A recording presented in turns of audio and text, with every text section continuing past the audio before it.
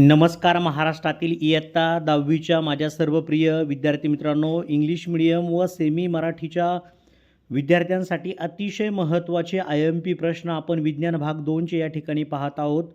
Science 2चे जे संपूर्ण IMP प्रश्न आहेत जे की बोर्ड एक्झाममध्ये येऊ शकतात, असे कोणकोणते पॉईंट्स आहेत ते समजून घ्या आणि त्यानुसार अभ्यास करून नक्की या बोर्ड परीक्षेमध्ये 40 पैकी 40 मार्क्स मिळवण्याचा सर्वांनी प्रयत्न करा. तर पहिला टॉपिक आहे आपला हेरिडिटी अँड इव्हॉल्युशन. त्याच्यामध्ये महत्त्वाचा IMP पॉईंट म्हणजेच evidences of the evolutions. All point करून ठेवा, ते त्याच्यावरती क्वेश्चन असतो. इव्हॉल्युशनची डेफिनेशन लक्षात ठेवा.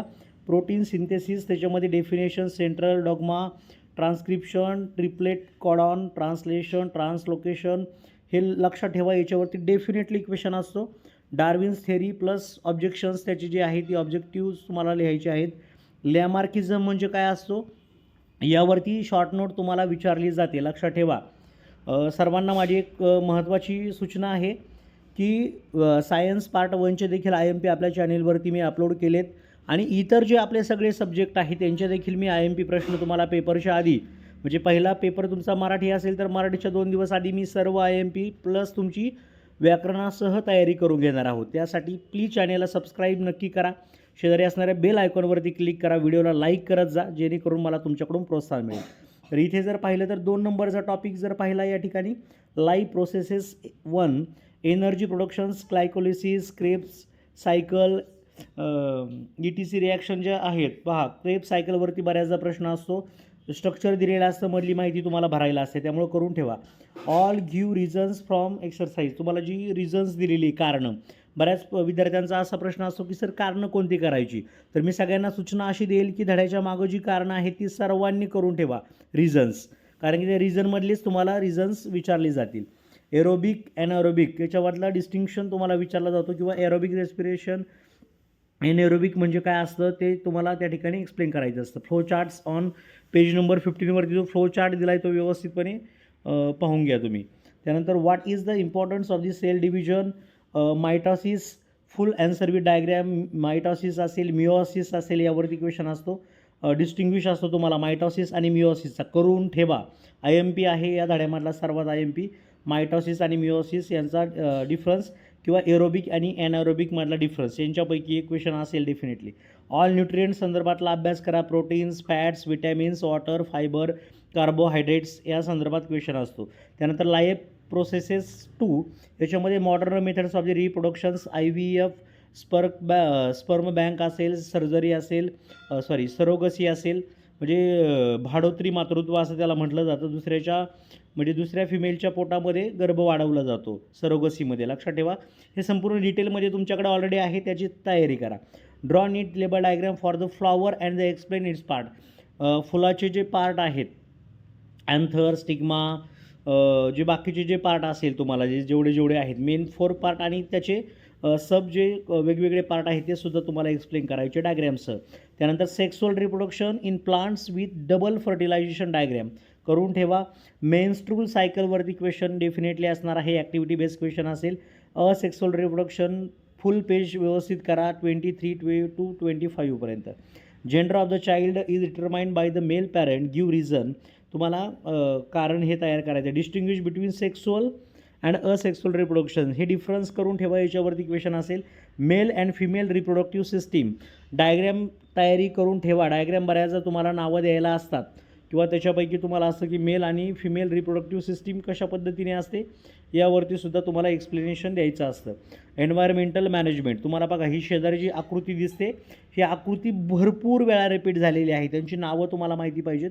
तिथे म्हटलं आहे बघा, symbols and their meanings, our roles, आपला रोल काय असणार आहे यांचं मिनिंग तुम्हाला बऱ्याचदा येतो बरं का. हा प्रश्न आलेला आहे, मी तुम्हाला ऑलरेडी सांगतो, त्यामुळे तयारी करून घ्या. How can biodiversity be conserved, radio pollution, 3 levels of the biodiversity, endangered heritage placeses, western Ghats, Manas Sundarban, threatened species, sacred groves, Jadav Molai, Payeng story. Page number 41वरती laws and their dates, environmental conservation, our social responsibility. हे लक्षात ठेवा, आपली जबाबदारी काय असते. याच्यावरती काही जनरल नॉलेज टाईपसुद्धा क्वेश्चन असतात, लिहायचे सर्वांनी. टुवर्ड्स ग्रीन एनर्जी, हा सुद्धा टॉपिक महत्त्वाचा आहे. Flow chart of the all power plants, सगळे पॉवर प्लांटचे फ्लो चार्ट व्यवस्थित तयार करा. ऑलरेडी तुम्हाला मी शेअर केलेले आहेत. पुन्हा एकदा वाटलंच तर ती व्हिडिओ शेअर करतो. Working and energy transformation, advantages and disadvantages of the hydro electric energy, natural gas power plant, diagram and flow charts, all give reasons तुम्हाला विचारले जातात. न्यूक्लिअर फ्युजन, फिशन म्हणजे काय, आपण जर पाहिले तर एकापासून अनेक तयार होणे, विखंडन म्हणतात त्याला. आणि फ्युजन म्हटलं की दोघांपासून एक तयार होतो, लक्षात ठेवा. ॲनिमल, इथे बघा, इथे तुम्हाला एक दाखवला, एकापासून तुम्हाला फ्युशनची क्रिया दाखवलेली आहे. व्यवस्थितपणे ते समजून घ्या. युरेनियम दाखवला आहे, त्यानंतर न्यूट्रॉन युरेनियम दाखवला आहे आणि त्याचं विखंडन दिसते. ॲनिमल क्लासिफिकेशनमध्ये जर पाहिलं तर benefits of the animal classification, काय त्याचा फायदा होतो. 5 कॅरेक्टरिस्टिक ऑफ ऑल क्लासेस, सायक्लोस्टोमॅटा असेल, पिसेस असेल, ॲम्फिबिया, रेप्टिलिया असेल, वेव्ज असेल, एव्ज असेल, मॅमेलिया असेल, हे करून ठेवा. ऑल गिव्ह रिझन्स, चॅप्टरच्या पाठीमागं असणारी ती करून ठेवा. 5 कॅरेक्टरिस्टिक ऑफ ऑल फायला, जे वेगवेगळे फायलम आहेत त्यांच्या तुम्हाला कॅरेक्टरिस्टिक तयार करायची आहेत. Labelling of all diagram in the chapter, सगळ्या लेबलिंगचे डायग्रॅम तयार करून ठेवा. इंट्रोडक्शन टू द मायक्रोबायोलॉजी, सूक्ष्मजीवशास्त्राचा परिचय म्हणतो आपण त्याला.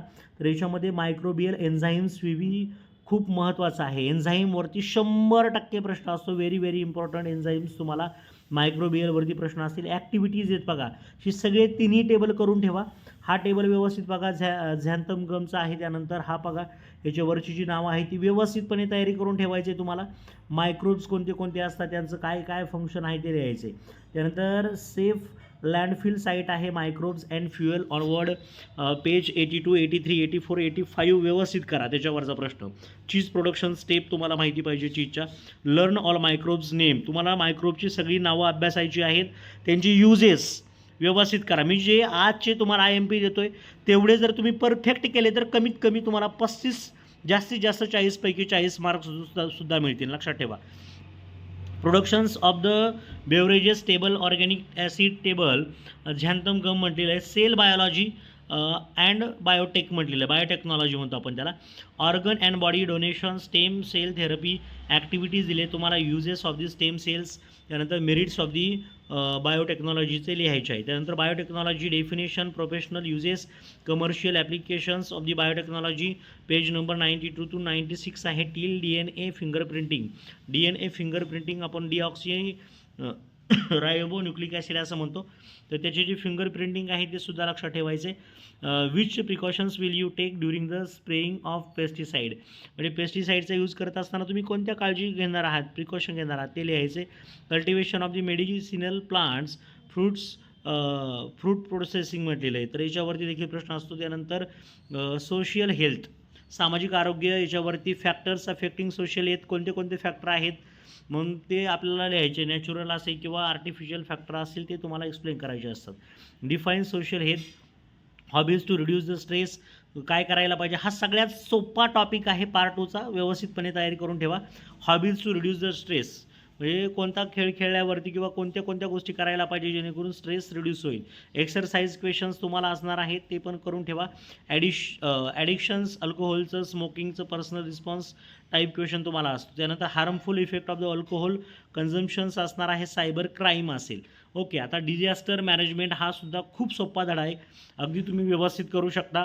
डिफाईन डिझास्टर म्हणजे काय, man-made and natural disaster examples, first aid training is necessary, Y, का गरजेचे असे training. Define disaster management, pre and post म्हणजे पूर्वीचा आणि नंतरचा डिझास्टर म्हणजे भूकंप असेल किंवा इतर जे आपत्ती येण्यापासून वाचण्यासाठीची मॅनेजमेंट किंवा तयारी आपण लक्षात ठेवा. एक्सरसाइज क्वेश्चन नंबर 8 and 11 करून ठेवा. Material in first aid box, first aid बॉक्समधलं मटेरियल कोणतं कोणतं असतं. Mock drill means, what is the meaning of mock drill, note असते तुम्हाला शॉर्ट नोट लिहायला.